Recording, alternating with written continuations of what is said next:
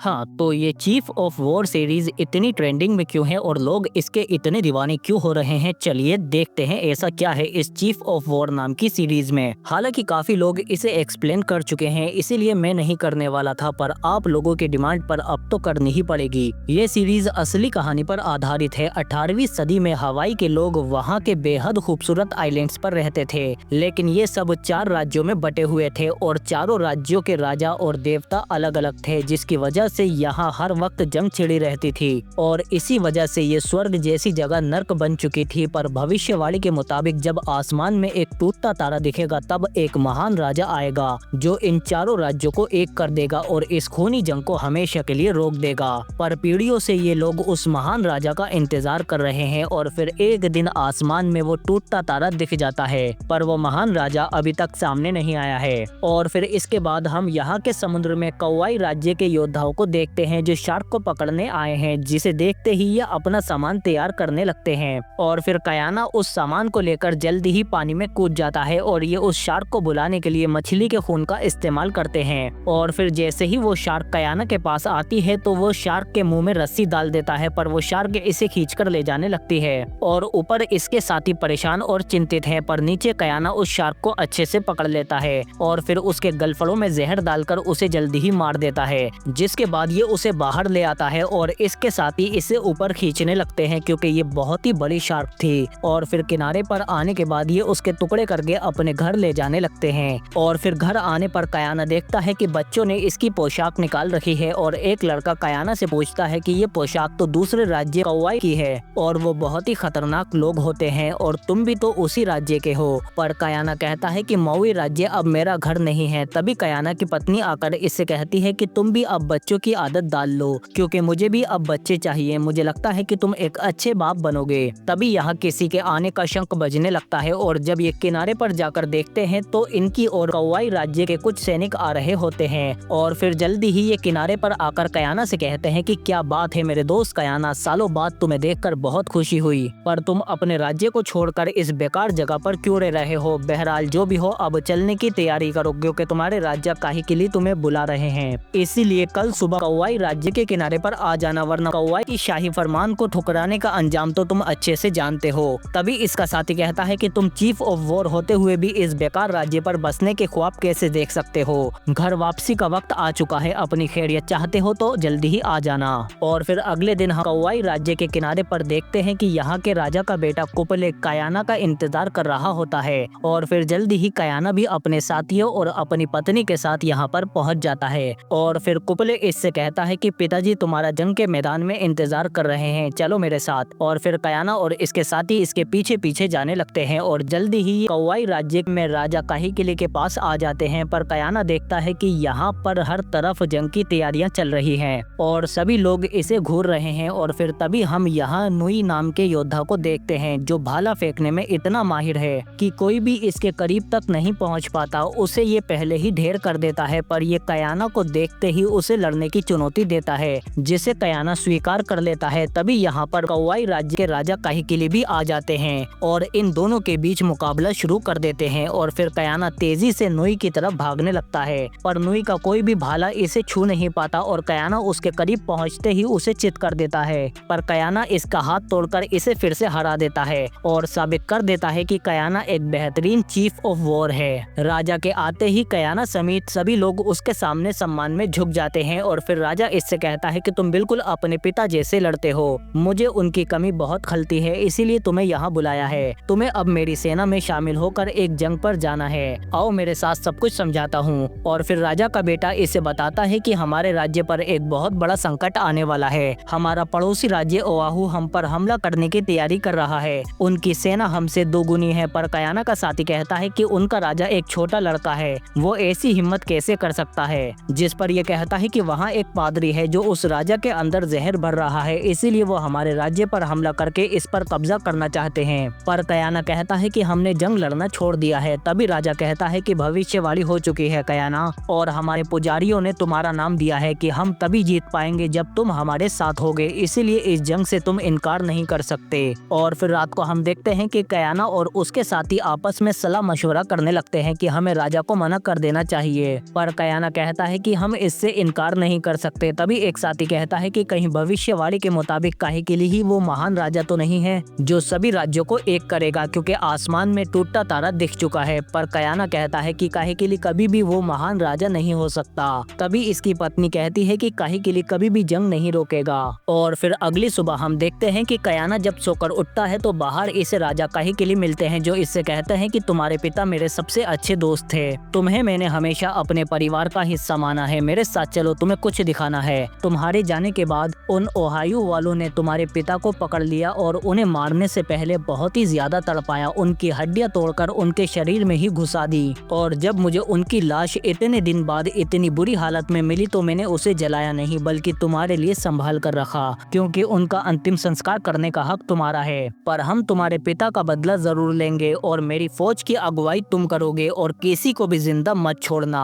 और फिर हम देखते हैं कि कयाना बहुत दुख और भारी मन के साथ अपने पिता का अंतिम संस्कार कर देता है। और फिर इसके बाद इसके सामने यहाँ की पुजारन तौला आती है और वो इससे कहती है कि एक दुविधा में पड़ा हुआ इंसान अपने साथ साथ उसके पीछे चलने वालों के लिए भी घातक होता है। ईश्वर ने मुझे तुम्हारी भविष्यवाणी की झलकें दिखाई हैं, भविष्यवाणी को पूरा करने में तुम एक अहम कड़ी हो, बस अपने पिता और अपने रास्ते पर डटे रहना। इसके बाद जब कयाना की बीवी इससे पूछती है कि तुम किस दुविधा में हो, जिस पर ये बताता है कि मैंने तौला को देखा, उसने कहा कि मैं अपने पिता के रास्ते पर चलूं और उस पर डटा रहूं, पर मुझे इसका मतलब समझ नहीं आ रहा। तभी इसकी बीवी कहती है कि ये तुम्हारे पिता का हथियार है जिसे राजा ने भिजवाया है, शायद वो सही है कि तुम भविष्यवाणी का एक अहम हिस्सा हो। अब तुम्हारे पिता का हाथ तुम्हारे हाथ में है और अब किस रास्ते जाना है ये मर्जी भी अब तुम्हारी है। और फिर हम देखते हैं कि कयाना जंग के लिए तैयार हो जाता है। यह अपनी पोशाक और अपने पिता के हथियार को लेकर जंग के लिए निकल पड़ता है। पर जाने से पहले राजा काहिकेली कहते हैं कि ओहायो को जीतकर अपने पिता का बदला ले लो, पर कयाना कहता है कि जरा सा खून बहने से पहले ही मैं ओहायो को जीतकर उनके राजा को बीच से चीर दूंगा। अगर यही भविष्यवाणी है तो इसकी शुरुआत ओहायो को जीतकर होगी। और फिर पूरे जोश के साथ कयाना अपने लोगों और सिपाहियों के साथ ओहायो राज्य पर हमला करने के लिए निकल जाता है। और जब वो लोग इन्हें आता हुआ देखते हैं तो किनारे पर ही लड़ने के लिए तैयार हो जाते हैं। पर कयाना बहुत गुस्से में है, इसीलिए वो अपने साथियों के साथ इन ओहायो वालों पर बड़ी बेरहमी से हमला कर देता है, जिससे ओहायो के सिपाही बच नहीं पाते। और कयाना अपनी बेहतरीन रणनीति और बहादुरी से इन पर पूरी तरह से हावी हो चुका है। पर ओहायो वाले आते जा रहे हैं अपनी जमीन को बचाने के लिए, जिन्हें कयाना के सिपाही बड़ी बुरी तरह से भालों से चीर कर रख देते हैं। इनके सामने ओहायो के सिपाही ज्यादा अच्छे से टिक नहीं पा रहे और कयाना और उसके सिपाही इन पर जरा सा भी कोई रहम नहीं दिखाते। हालांकि ओहायो के सिपाही इनके सामने काफी कमजोर साबित हो रहे हैं, पर फिर भी ये अपने राज्य को बचाने के लिए आते जा रहे हैं। पर कयाना और उसके सिपाहियों के सर पर तो खून सवार है। इनमें इस वक्त दया नाम की कोई चीज नहीं है और कयाना के सर पर अपने पिता का बदला इस कदर हावी हो चुका है कि वो इन दुश्मनों को चुन चुन कर मार रहा है और अपने साथियों से कहता है कि एक एक को मार दो, कोई भी जिंदा नहीं बचना पाए। पर इसी बीच कयाना के सामने तौले आ जाती है, पर अगले ही पल गायब भी हो जाती है। पर तभी इसका साथी कहता है कि हमने किनारा जीत लिया है, जिस पर कयाना कहता है कि यहाँ के उस पादरी को ढूंढो, वो कहीं भाग नहीं सकता अब। और फिर ये लोग और अंदर जाने लगते हैं, पर अंदर जाते ही झाड़ियों में से फिर से यहाँ के लोग हमला कर देते हैं, पर ये उन्हें बहुत ही दर्दनाक तरीके से मार गिराते हैं और जो पेड़ पर चढ़े होते हैं उन्हें भी निपटा देते हैं। पर तभी झाड़ियों में कयाना को एक औरत और बच्चे छिपे हुए मिलते हैं और जब ये इन सिपाहियों के हथियार देखते हैं तो वो बस नुकीले डंडे थे जिनसे खेत जोतते हैं, मतलब ये सब सिपाही नहीं बल्कि किसान थे। तभी यहाँ पर राजा काहिकेली भी अपनी पूरी फौज के साथ आ जाता है और ये उतरते ही यहाँ के सीधे साधे किसानों को मारना शुरू कर देते हैं और इन्हें मारते हुए इनके टेम्पल तक आ जाते हैं, जहाँ ओहायो के कुछ किसान अपनी जान बचाने के लिए खड़े हैं। पर राजा काहिकेली कहता है कि इन सबको मार दो, एक को भी जिंदा मत छोड़ना। और फिर यहाँ बर्बरता और जुल्म की सारी हदें पार हो जाती हैं, यहाँ तक कि ये बच्चे और औरतों को उनके घरों में बंद करके उन्हें जिंदा ही उनके घर समेत जला देते हैं। और जब कयाना अपने साथियों के साथ नीचे उतर कर आता है तो यहाँ का नजारा देखकर वो दंग रह जाता है। और फिर राजा काहिकेली यहाँ के यंग राजा को मारने ही वाला होता है, पर वो कहता है कि तुम लोगों ने हमारे राज्य पर हमला क्यों किया। तभी राजा काहिकेली उसका गला काटकर उसे मार देता है। पर कयाना अब सारा खेल समझ चुका है कि उसका इस्तेमाल हुआ है। कयाना राजा से कहता है कि तुमने झूठ बोला, यहाँ कोई पादरी नहीं था। पर राजा काहिकेली कहता है कि ओहायो राज्य मेरा हुआ, मैंने इसे जीत लिया है, तुम्हारा शुक्रिया मुझे ये जीत दिलाने के लिए। पर कयाना कहता है कि ये लोग यहाँ शांति शांति से जी रहे थे। ये सिपाही नहीं मामूली किसान थे। पर राजा काहेकिली कहता है कि तुमने टूटता तारा नहीं देखा क्या? भविष्यवाणी हो चुकी है और उसके मुताबिक मैं ही वो महान राजा हूँ जो चारों राज्यों को जीतकर उन्हें एक करूंगा। ओहायो को तो मैंने जीत लिया है, अब बचे 2 राज्य। पर कयाना यहाँ से चला जाता है कि मैं इसका हिस्सा नहीं बन सकता। पर चारों तरफ मासूम किसानों की लाशें देखकर ये बहुत दुखी है कि ये इससे क्या हो गया। पर तभी इसकी बीवी कहती है कि मेरी तरफ देखो, तुम्हारी कोई गलती नहीं थी, हमें गुमराह किया गया था। तभी कयाना गुस्से में राजा को घूरने लगता है। हमने अब तक 3 राज्य तो देख लिए पर अभी तक चौथा राज्य हवाई नहीं देखा। लेकिन अब हवाई राज्य का एक चीफ मोकू अपनी बेटी और बीवी से मिलने के लिए माउई राज्य में छिपकर आया है, क्योंकि माउई और हवाई राज्य एक दूसरे के दुश्मन हैं। और फिर जल्दी ही इनकी बेटी और बीवी छिपकर इनसे मिलने के लिए आ जाती है। काहुमानू अपने पिता से मिलकर बहुत खुश होती है, पर इसके पिता कहते हैं कि कवाई राज्य के राजा काहिकिली ने ओआहू राज्य पर हमला करके उस पर कब्जा कर लिया है, इसीलिए अब जल्दी ही इन आइलैंड्स पर जंग छिड़ने वाली है। मैं तुम दोनों को यहाँ से हवाई राज्य ले जाने आया हूँ, वहाँ तुम सुरक्षित रहोगी, क्योंकि मैंने तुम्हारी शादी हवाई राज्य में मेरे चीफ से तय कर दी है। पर काहुमानू इस शादी के लिए तैयार नहीं है, इसीलिए वो यहाँ से भाग जाती है। पर इसकी माँ अपने पति से कहती है कि अभी तुम्हें यहाँ से जाना होगा, उसकी फिक्र मत करो, मैं उसे तैयार कर लूंगी, बस हमारी बेटी का ख्याल रखना। जबकि इधर ओआहू राज्य में हम देखते हैं कि चारों तरफ मासूम किसानों की लाशें पड़ी होती हैं और इसी बीच काहेकिली का बेटा कुपले कहता है कि पिताजी ये आपने अच्छा नहीं किया,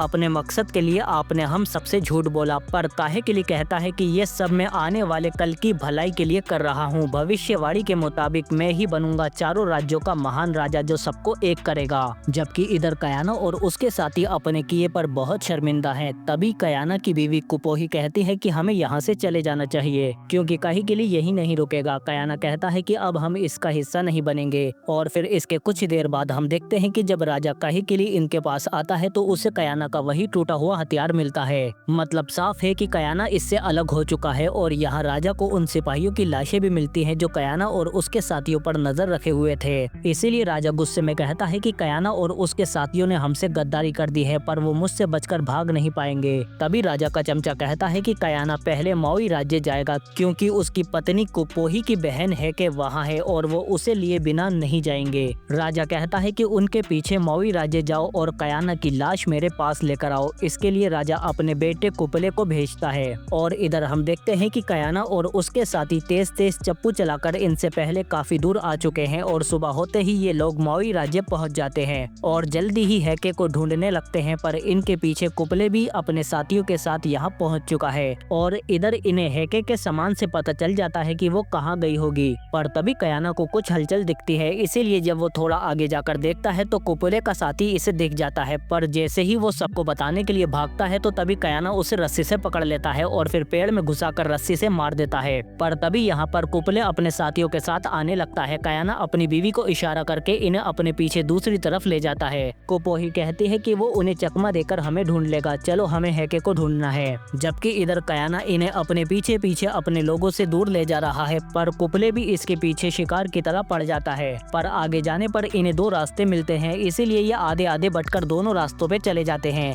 जबकि इधर हम देखते हैं कि सामान और फलों की तलाश में बाहरी दुनिया के लोग भी यहाँ पर माउई राज्य में आ जाते हैं और इनके पास मॉडर्न बंदूकें भी हैं। जबकि इधर हम काहुमानू को देखते हैं जिसे तौला दिखती है, जो इससे कहती है कि तुम अपने पिता और चीफ दोनों को नाराज करोगी, क्योंकि तुम्हें आजादी चाहिए पर तुम उसे अकेले हासिल नहीं कर सकती। जल्दी ही तुम्हें कोई मिलेगा जो इसमें तुम्हारी मदद करेगा। जबकि इधर हम हैके को देखते हैं और जल्दी ही इसकी बहन कुपोही भी यहाँ आ जाती है और फिर ये लोग इसे सब कुछ बता देते हैं। जबकि इधर कयाना इनसे भागने की कोशिश कर रहा है, पर तभी चमचा इस पर पत्थर से जानलेवा हमला कर देता है, क्योंकि इस हमले से अच्छे बेहोश हो जाते हैं। पर कयाना फिर भी उठकर झाड़ियों में छिप जाता है। पर कुपले भी जल्दी ही अपने सिपाहियों के साथ इसके करीब आने लगता है, इसीलिए कयाना सुअर के बच्चे से इन्हें चकमा देकर फिर से यहाँ से निकल जाता है। पर जब ये बाहर आता है तो बाहर खुला समुद्री किनारा होता है और ये जख्मी होने के साथ साथ काफी थका हुआ भी है, इसीलिए ये एक गुफा में घुस जाता है। पर तभी इसके सामने काहुमानू आ जाती है, जिसे देखकर कयाना इससे कहता है कि यहाँ से जाओ, मेरे पीछे राजा काहिकिली के सिपाही पड़े हैं, मेरी मदद करने की कोशिश की तो वो तुम्हें भी मार देंगे। पर काहुमानू कहती है कि मेरे साथ चलो, मैं ऐसी जगह जानती हूँ जहाँ वो हमें नहीं ढूंढ पाएंगे। और वहाँ पहुँचते ही कयाना बेहोश हो जाता है। और फिर इधर हम देखते हैं कि शाम होने तक भी कुपले और उसके साथी कयाना को ढूंढ नहीं पाते। और फिर रात होते ही जब कयाना को होश आता है तो काहुमानू कहती है कि अभी तुम ठीक नहीं हो, लेट जाओ। पर कायाना कहता है कि कौन हो तुम? मैं सालों से मौई राज्य में हूँ, पर आज से पहले तुम्हें कभी नहीं देखा। जिस पर ये बताती है कि मेरा नाम काहुमानू है और मैं बचपन से ही सबसे छिपकर ऐसी ही गुफाओं में रहती हूँ, क्योंकि मेरे पिता हवाई राज्य में एक चीफ हैं। और तुम तो जानते ही होगे कि मौई और हवाई राज्य आपस में कितने कट्टर दुश्मन हैं, इसीलिए मैं अपनी माँ के साथ सबसे छिपकर यहाँ गुफाओं में रहती हूँ।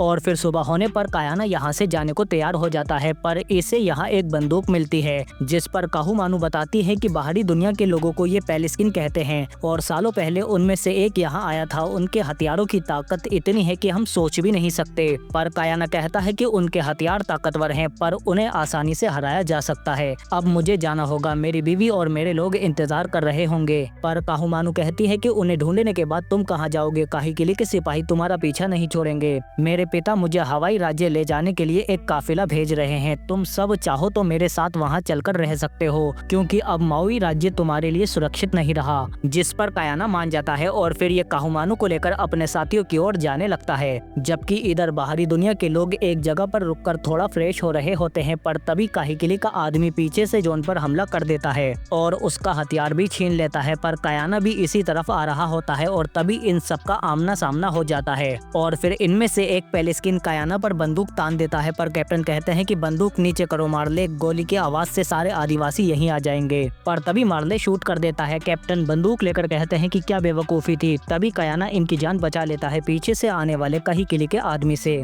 और फिर कायाना कहता है कि इसके साथी भी आते होंगे। कैप्टन भी अपने लोगों से कहते हैं कि जल्दी निकलो इस आइलैंड से। और फिर कायाना काहुमानू को अपने साथियों का पता बताकर कहता है कि तुम मेरी बीवी को ये दिखाकर उन्हें अपने साथ हवाई राज्य ले जाना, जब तक मैं काहिकिली के आदमियों को तुमसे दूर रखता हूँ। अब जाओ यहाँ से। और फिर जल्दी ही कायाना कुपले और उसके साथियों को अपने पीछे ले जाता है। ये लोग इसे पकड़ने के लिए इस बार पूरी जान लगा देते हैं और फिर कुछ देर बाद ही काहुमानू भी इसकी बीवी के पास पहुँच जाती है और उसे सब कुछ बता देती है और फिर जल्दी ही इन्हें अपने साथ ले जाती है। और इसके पिता का काफिला भी यहाँ आ चुका है। ये लोग जाने को तैयार ही होते हैं। तभी जॉन यहाँ आ जाता है और इनसे मदद मांगता है कि मैं अपने साथियों से बिछड़ चुका हूँ, इसीलिए काहुमानू इसे भी अपने साथ ले जाती है। जबकि इधर हम देखते हैं कि कायाना इन सबको अपने पीछे पीछे काफी दूर ले आता है, पर अब आगे रास्ता नहीं है। ये अब चारों तरफ से घिर चुका है, इसीलिए कायाना इनसे लड़ने के लिए तैयार हो जाता है, क्योंकि अब लड़ने के अलावा कोई और रास्ता नहीं बचा। पर इसके सामने दुश्मन की तादाद काफी ज्यादा है, पर फिर भी कायाना हिम्मत नहीं हारता और इन दुश्मनों से अकेला ही लड़ता रहता है। पर जल्दी ही ये लोग इसके सर पर वार कर देते हैं, जिससे कायाना नीचे गिर जाता है और फिर इसे पकड़ने और मारने के बाद चमचा इसे जान से मारने ही वाला था, पर कायाना उसे उठाकर फेंक देता है। पर कुपले दूर से ही इसकी चाल भाप लेता है, पर तभी कायाना चमचे को लेकर नीचे कूद जाता है। और फिर कुछ देर बाद जब कायाना को होश आता है तो वो एक जहाज पर होता है और फिर घबराहट में इन पर हमला करके जब ये ऊपर आता है तो ये देखता है कि ये तो बीच समुद्र में आ चुका है। तभी ये लोग इसका सामान देकर कहते हैं कि तुम्हारी जान बचाने के लिए हम तुम्हें अपने साथ ले आए और अब हम वापस नहीं जा सकते, और वैसे भी इस वक्त वहाँ तुम्हारी जान को खतरा है। हम कुछ वक्त बाद यहाँ सामान लेने फिर से आएंगे, तब तुम हमारे साथ वापस आ जाना। अभी तुम हमारे साथ चलो। और इसी के साथ ये पार्ट 1 यहीं पर खत्म हो जाता है, पर बहुत से सवालों के साथ कि अब आगे क्या होगा। क्या काहिकिली वाकई में वही महान राजा है जिसकी भविष्यवाणी हुई थी, या फिर ये इसका फायदा उठाकर अब दूसरे राज्यों में भी कत्ले आम शुरू कर देगा।